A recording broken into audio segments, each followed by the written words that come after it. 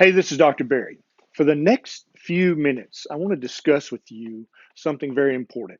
If you've been told by your healthcare provider that you have a touch of sugar, or if you've caught a few blood sugar readings at home that were a little bit high, but not too high, I want to talk with you about prediabetes or borderline prediabetes. A lot of healthcare providers will call this a touch of sugar. Oh, you've got a touch of sugar, it's no big deal, and they'll give you some terrible dietary advice. They probably won't even check all the blood tests that you need checked to clearly figure out how pre-diabetic you are. And then they'll say, okay, I'll see you next year and see how things are doing. This is terrible, dangerous advice, and I want you to know better than this so that you don't fall prey to this should you be diagnosed with a touch of sugar. Now, if you know someone who has a touch of sugar or prediabetes or borderline diabetes, please consider sharing this video with them. Many people with a touch of sugar don't realize how dangerous it is to have prediabetes and not be doing anything about it. I want to talk about this, and I want you to help me reach these people by sharing this video either on Twitter, on Instagram, on Facebook. Send an email, but help me get this message out there because there are literally millions of people who have prediabetes or borderline prediabetes, and they've just been told they have a touch of sugar and it's no big deal. Not true. Help me help them. Now, let's talk about this. Many docs will say prediabetes is not that big of a deal.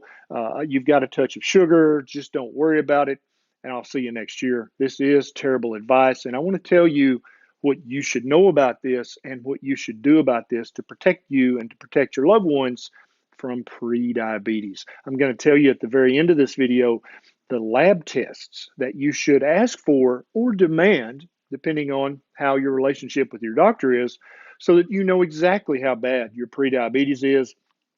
And then you'll also be able to follow it as you reverse it by eating the proper diet, which I'll tell you about below. So, first of all, let's talk about the symptoms of prediabetes. The most dangerous symptom of all is no symptoms. That's right. You can have no symptoms whatsoever. You can feel fine and have dangerous prediabetes. And that's the most dangerous symptom. And that's why I encourage everybody over the age of 35 or 40 to use your mom or your aunt or your brother's blood sugar machine and check your blood sugar 1 hour after you've eaten a big meal. If your blood sugar is above 140, you've got prediabetes. You've got a touch of sugar, and then all of what I'm about to tell you applies. Now, other symptoms that you may actually notice is that you may be thirsty all the time. You may want to drink water constantly, or at least a lot more than you used to. Can be a big sign of prediabetes. You may be achy all over when you first wake up in the morning, just have extra aches either in your joints or in your muscles. This is not normal. Even if you're in your 50s, you shouldn't have that much achiness. That can be a sign of prediabetes or other things. If you have burning or tingling in your fingers, your feet, or your toes, that can be a huge symptom that there's nerve damage already from your prediabetes. You need to go see your healthcare provider and get this checked immediately. If you have blurry vision that seems to get better or worse from day to day with no real pattern, that can be a sign of prediabetes. It almost certainly will get worse after you've eaten a lot of carbs, but we'll talk about that later. But it seems to you like it's just random. Like, I don't know, some days my vision's very blurry. Then also, if you just have fatigue most days of the week, you're just tired, even though it seems like you slept well, that can be a symptom to look for as well. Now, let's talk about signs that you can actually see. One of the most important is acanthosis nigricans. It looks like a dark callus on your neck or under your arms or even in your between your legs and your groin area. And just like, I don't know, I've got this dark callus on my neck. That's a huge sign that you have metabolic syndrome and probably prediabetes, and you need to go to your healthcare provider and demand the tests that I'm going to tell you at the end of this video. Also, if you have very slow wound healing, like you get a little cut that in the past would be healed in a day or two or three. Now it takes weeks and weeks for that cut to get better, especially down on your legs or your feet. That's a huge sign that you may be pre-diabetic. You may have a touch of sugar. Also, if you just urinate all the time, much more than you used to, that can be a sign of prediabetes. The problem is that most healthcare providers, most doctors will say that it's not a big deal. Don't worry too much about it. And they'll give you terrible dietary advice and then kind of just turn you back out into the wild. But what I want you to understand more than anything else in this video is that if you have a touch of sugar, if you have borderline diabetes, pre-diabetes, there is permanent damage being done right now to the tiny nerves and the tiny arteries in your body, damage that can probably never be undone. It's very, very important you take charge of your prediabetes and reverse it before it ever becomes diabetes. Many doctors believe, and almost all people believe, that there's no damage done until you get diabetes. Absolutely false. That's a big fat lie that your doctor might tell you. I want you to understand the truth, and that's what this video is about. I'm going to link to a study and a couple of articles down below in the show notes that will go into further detail explaining to you that even though a lot of doctors don't know this, damage is absolutely being done, some damage which you can never undo.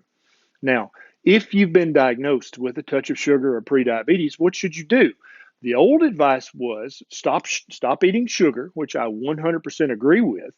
But then also they would tell you in the same breath to eat more fruit and to eat more whole grains and maybe eat more vegetables.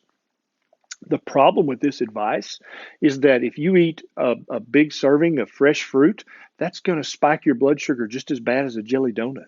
Yeah, true story. If you eat a big steaming bowl of oatmeal, that's going to spike your blood sugar just as bad as a jelly donut.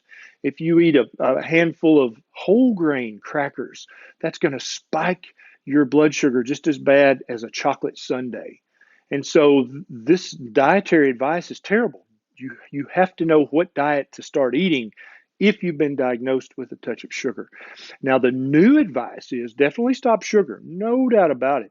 But you're also going to need to stop all grains because all grains, whether it's rice, oats, corn, wheat, quinoa, amaranth, millet, rye, all of these things convert immediately to fructose and glucose, which are sugars. So they're going to spike your blood sugar almost as bad as that dessert that you already know that you should stop eating.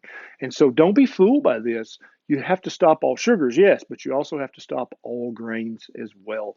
Most people with a touch of sugar or prediabetes have to stop most fruit.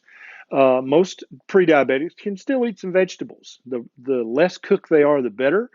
But you can still eat some vegetables, but you gotta stop the fruit more than likely, or make it just a rare treat.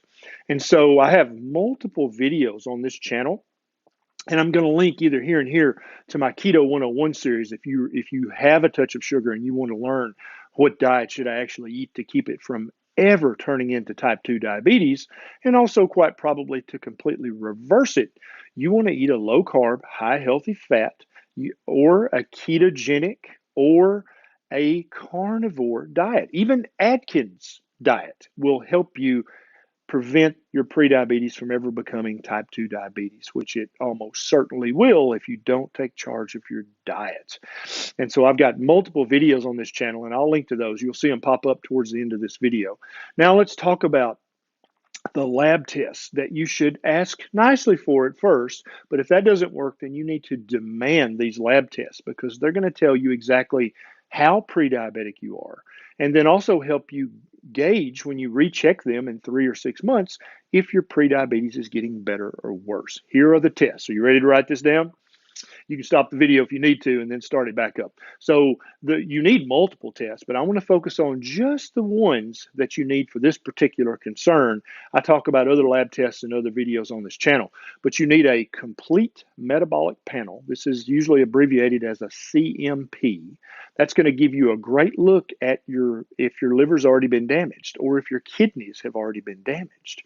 You need to ask for a hemoglobin A1C. This is going to tell you what degree of prediabetes you have.